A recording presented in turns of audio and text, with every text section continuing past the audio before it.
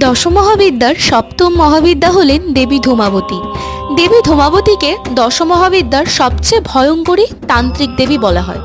ধূমাবতী নামের অর্থ হল ধূম্রবতী, অর্থাৎ ধোঁয়া থেকে যার সৃষ্টি। শাস্ত্রমতে তার পরিকল্পিত রূপ অনুযায়ী তিনি শীর্ণকায়া, দীর্ঘকার, রোগগ্রস্ত ও পাণ্ডুর বর্ণা, অলঙ্কারবিহীন সাদা মলিন বস্ত্র পরিহিতা। তিনি চালকবিহীন রথে আরুড়া এবং তার পতাকায় সর্বদা কাকের ছবি থাকে।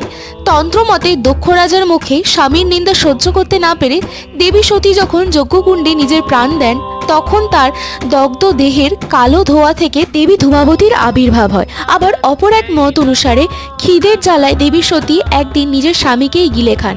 পরে তার স্বামী রেগে গিয়ে তাকে অভিশাপ দেন এবং বিধবার বেশ ধারণ করতে বলেন। এভাবেই দেবী ধূমাবতীর আবির্ভাব হয়। দশমহাবিদ্যা সিরিজের সপ্তম মহাবিদ্যা দেবী ধূমাবতীর এই ছবিটি তোমাদের কেমন লাগলো আমাকে জানিও।